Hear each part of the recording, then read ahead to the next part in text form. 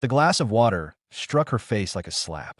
Cold liquid streamed down Aaliyah Jones's hair and silk blouse as silence froze the conference room.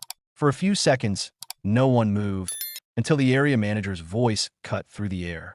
A black woman, of course. Who do you think you are? Sitting here, sneered Richard Sterling, his tone dripping with contempt. Some employees looked away. Others laughed nervously. Richard raised the empty glass as if he'd done something heroic. We don't need housekeepers pretending to be executives. Your place is in the kitchen, not among decent people. Aaliyah didn't flinch. Her soaked clothes clung to her skin, but her gaze burned steady, dark, calm, unbroken. No one in the room knew the truth. The woman Richard had just humiliated was not an intruder, nor an assistant. She was the owner, the multi-millionaire founder of the corporation he worked for. But to understand how they arrived at this moment, we must go back 2 hours earlier. That morning, Aaliyah decided to visit her company without warning. No bodyguards, no chauffeur, just a simple, elegant suit and quiet confidence. She wanted to see what her empire looked like when no one recognized the owner. At the reception desk, she was met with disdain. "Can I help you, ma'am?" the receptionist asked coldly. "The cleaning staff already came by. If you're looking for a job, it's not here. We don't hire people of your profile." Aaliyah smiled politely. "I'm here for the 10 a.m. executive meeting." The receptionist chuckled. "That's for management. You must be lost." But after Aaliyah showed the meeting notice, she reluctantly allowed her in. As Aaliyah walked away, the receptionist whispered, "Look at her, acting like she belongs. Wait till the boss sees this." On the executive floor, whispers followed her. One man muttered, "Probably someone's secretary or mistress." Aaliyah ignored them and entered the conference room. Richard Sterling, the arrogant area manager, noticed her immediately. His voice boomed. "Who let this cleaner in? This meeting's for executives only." Aaliyah walked to an empty seat across from him and sat down without a word. The audacity of that simple act made his jaw tighten. "Listen, darling," he said. "We don't need visitors from the slums. Leave before I call security." No one spoke. Some avoided eye contact. Others smirked.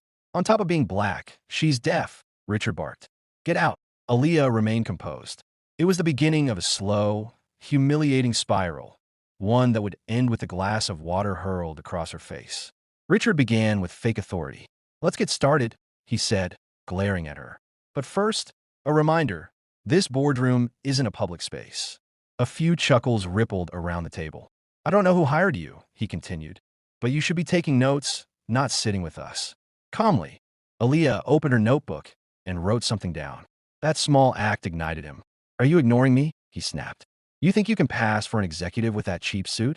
You're not fooling anyone." The room grew thick with tension. "Still," she wrote, undisturbed. "Look at her," Richard sneered. "Probably writing down how to order more beans at the diner." Laughter, quiet, cruel, followed. Finally, Aaliyah looked up. "Do you know what I'm writing, Mr. Sterling?" she said clearly. "Every word you say, because I've seen men like you, using racism to hide their mediocrity." Silence. His pride shattered. "How dare you?" he growled. "Who do you think you are, talking to me like that? You're nobody. A useless black woman." Aaliyah met his eyes. "I think I'm someone who deserves respect, something you've never learned." The words landed like a strike. The managers shifted uncomfortably.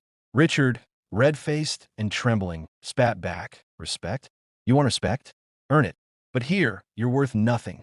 She smiled faintly. "You speak as if you decide who's worthy. But really, you're just afraid." That word, afraid, shook him. His colleagues saw his loss of control. His pride couldn't bear it. He grabbed a glass of water. "Afraid?" he hissed. "I'll show you what you deserve." The glass flew. Water splashed across her face and clothes. A gasp swept the room. Richard's twisted smile said it all. He believed he'd regained dominance. "Look at you," he sneered. "A wet black woman. That's all you'll ever be." No one laughed now. The tension was suffocating. Aaliyah didn't move. Her silence was heavier than rage. Finally, a voice at the far end tried to break the moment. "Well, that was something," someone muttered nervously. A hollow laugh followed. Aaliyah stood slowly. She looked at Richard, then at the others, each one complicit in silence. When she spoke, her voice was calm, deliberate. "You haven't understood anything," she said. "But you will, sooner than you imagine." Richard scoffed. "Oh, really? How? Another one of your scenes?" She wiped her face with measured grace, picked up her bag and notebook, and headed for the door. Just before leaving, she turned slightly and said, "I'm going to dry off, but don't think this ends here." The door closed behind her with a quiet thud. Inside, laughter died quickly. Only the sound of dripping water remained. The aftermath of a storm no one yet understood. Because within minutes, the truth would return to that room. And this time, the real owner would be the one calling the meeting. In the restroom, the sound of the hand dryer mixed with the faint drip of a faucet. Aaliyah wiped her face slowly, her movements steady and calm. Her light blouse clung to her skin, a cold reminder of humiliation. Yet, as she looked into the mirror, there was no anger in her eyes, only icy composure. She tied her curls back, exhaled deeply, and straightened her posture. Outside, laughter filled the boardroom. Richard leaned back smugly. "Did you see that? That's what happens when someone like her forgets her place." His voice carried arrogance and ignorance in equal measure. A colleague whispered, "She looked pathetic, soaked like a wet dog." Richard laughed louder. "Exactly. A drenched black woman, thinking she's an executive? Ridiculous." The door opened.